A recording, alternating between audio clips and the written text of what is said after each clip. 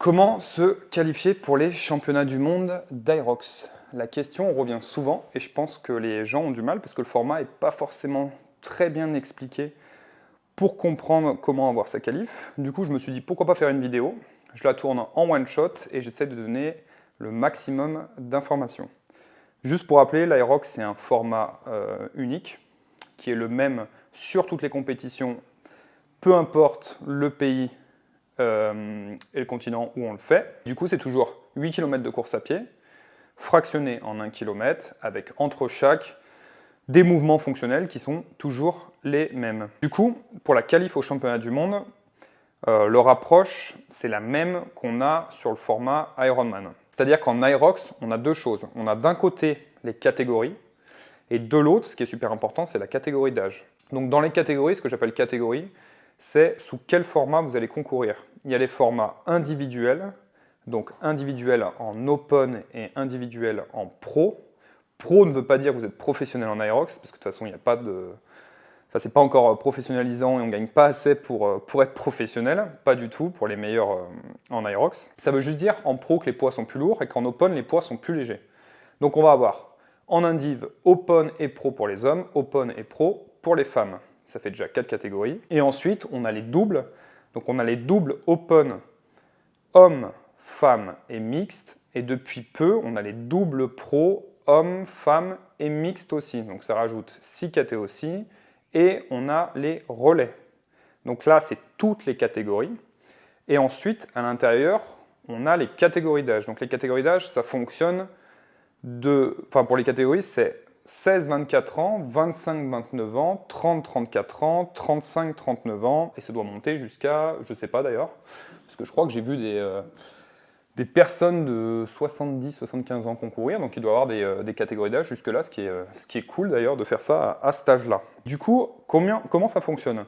Pour chaque compétition, il y a un nombre de slots pour les championnats du monde qui est attribué par catégorie, donc pour la catégorie de la discipline, c'est-à-dire par exemple, il va y avoir un nombre de slots pour les hommes open en individuel, et après, ce nombre de slots est divisé et réparti sur les différentes tranches d'âge. Et souvent, enfin c'est même tout le temps, plus il y a de compétiteurs dans une catégorie, plus il y aura de slots disponibles pour la qualification des championnats du monde. Je vous prends un exemple.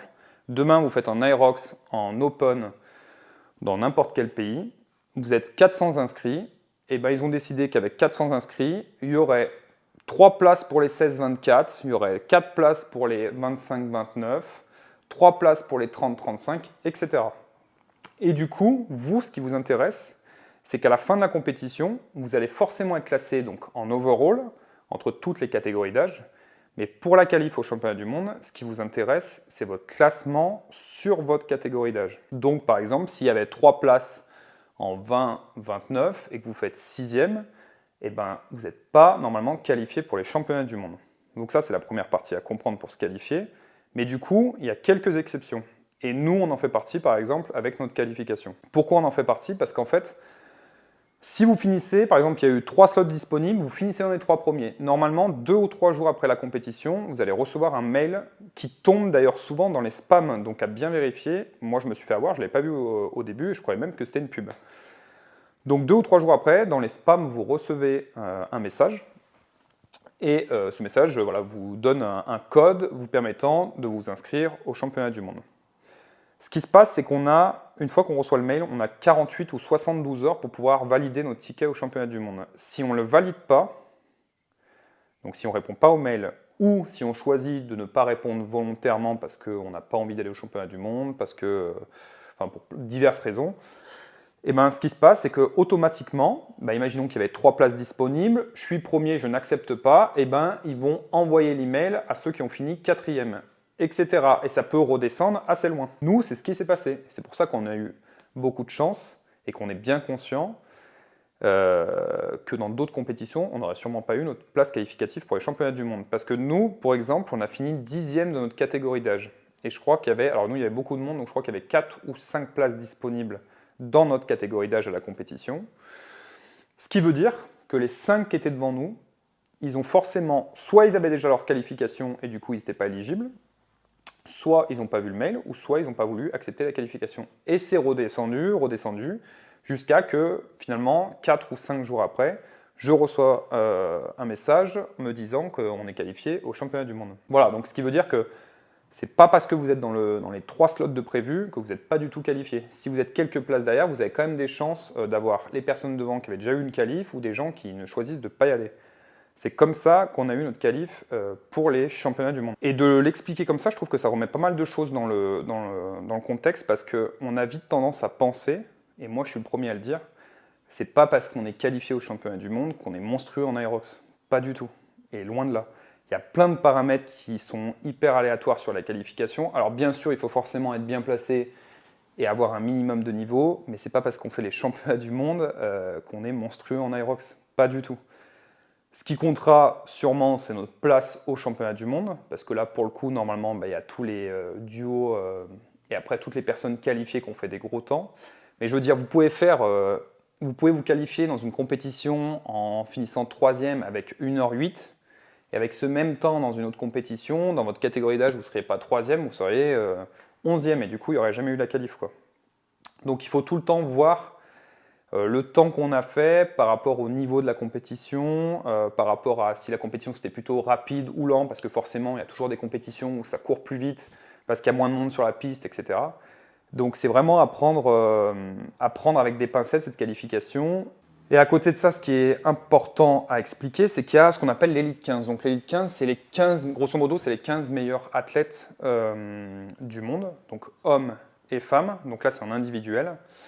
Et en fait, pour s'y qualifier, donc cette année, ça marchait en termes de major, c'est-à-dire qu'il fallait avoir un temps hyper important pour pouvoir être éligible à participer à un major. Il y avait 4 majors cette année et 3 places qualificatives par major, les 3 premiers. Ça faisait 12 places et ensuite, ils ont fait 2 rattrapages, un qui est déjà passé, où il y avait une place de plus qualificative, et un second de repêchage qui va être là aux États-Unis, je crois la semaine prochaine ou celle d'après, qui donne 2 places. Donc au final, on a 15 places au total, et ça, c'est les 15 meilleurs athlètes du monde en hommes et femmes en individuel.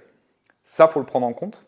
Pourquoi ? Parce que on considère que c'est les meilleurs athlètes du monde, et que par conséquent, si vous êtes qualifié en individuel au championnat du monde et que vous faites, je ne sais pas, 8e, il faut penser que vous n'êtes pas véritablement le 8e meilleur athlète du monde en aérox, parce que devant, il y a quand même 15 mecs qui ne vont pas concourir avec vous, qui vont concourir le vendredi, et qui seraient susceptibles de vous battre s'ils avaient été avec toute la foule, quoi. Donc voilà, je dis toujours que si on est 8e au championnat du monde là à Nice, et qu'on n'est pas dans l'élite 15, finalement on est un peu 23e, quoi. Alors c'est un peu subjectif, mais je pense qu'on peut un peu le calculer comme ça. Et pour les doubles, c'est pareil, c'est-à-dire que c'est vrai, c'est-à-dire que si demain vous êtes champion du monde là à Nice en double, la perf elle est monstrueuse forcément, c'est une perf monstrueuse, mais il ne faut pas oublier que si 2 mecs de l'élite 15 s'associaient et faisaient le double à Nice, il y aurait de grandes chances que ce soit eux qui soient champions du monde. Voilà, donc c'est toujours à prendre un peu avec des pincettes. Ça n'enlève pas le fait que si on fait une grosse perf au championnat du monde, on peut quand même considérer qu'on a un bon niveau en aérox. Pour finir, je voulais vous donner quelques tips pour l'année prochaine, du coup, saison 2024-2025, pour se qualifier au championnat du monde. Les 2 tips, ils sont assez simples. Le premier, pas de surprise, vous vous entraînez énormément, vous êtes monstrueux, ou du moins très fort.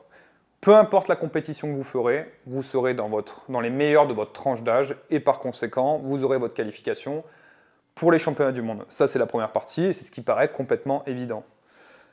D'un autre côté, ce qui peut être intéressant, c'est être un peu stratégique. C'est-à-dire que si vous voulez absolument vous qualifier au championnat du monde et que vous savez que vous n'êtes pas forcément susceptible de finir top 3 à toutes les compétitions, ce qui peut être malin, c'est de prévoir sa planification et son pic de forme sur des compétitions qui sont assez avancées dans l'année. C'est-à-dire compétitions en mars, avril ou mai, sachant que les championnats du monde sont tout le temps au mois de juin. Pourquoi faire ça, mars, avril ou mai ? Parce que si vous concourez à cette époque-là, il y a 2 choses qui se passent. La première, c'est que bien souvent, les mecs qui sont qualifiés au championnat du monde ne vont pas concourir à ces dates-là, du moins avril-mai, très rarement ou beaucoup moins, parce que ce n'est pas du tout leur objectif et qui se préservent pour les championnats du monde.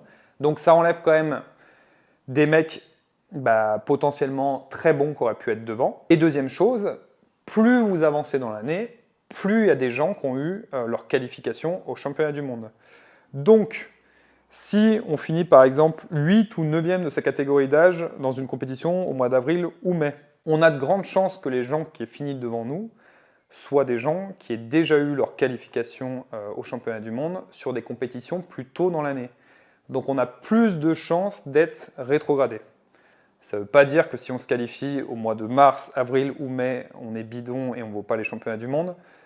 Ça veut juste dire que si on sent qu'on est limite et qu'on a vraiment envie de vivre les championnats du monde, ça vaut peut-être le coup de se dire bon, je fais ma planif et je me dis que d'avoir un pic de forme monstrueux au mois d'avril ou mai, je me fais 2 compètes à cette époque-là. Et si forcément je suis assez bien classé, j'ai plus de chances peut-être que ça me récupère un peu plus bas dans le classement et je pourrais me qualifier au championnat du monde. Donc c'était le petit tips pour pouvoir avoir sa place un peu plus facilement, entre guillemets. J'espère que j'ai été assez clair, ça faisait pas mal d'informations, j'espère que j'ai rien oublié. J'essaierai de faire 2-3 vidéos comme ça sur des sujets qui sont pas forcément totalement compris, ou des sujets où je peux amener 2-3 tips. Ça sera en dehors de tous les vlogs que je vais poster sur mes entraînements, etc.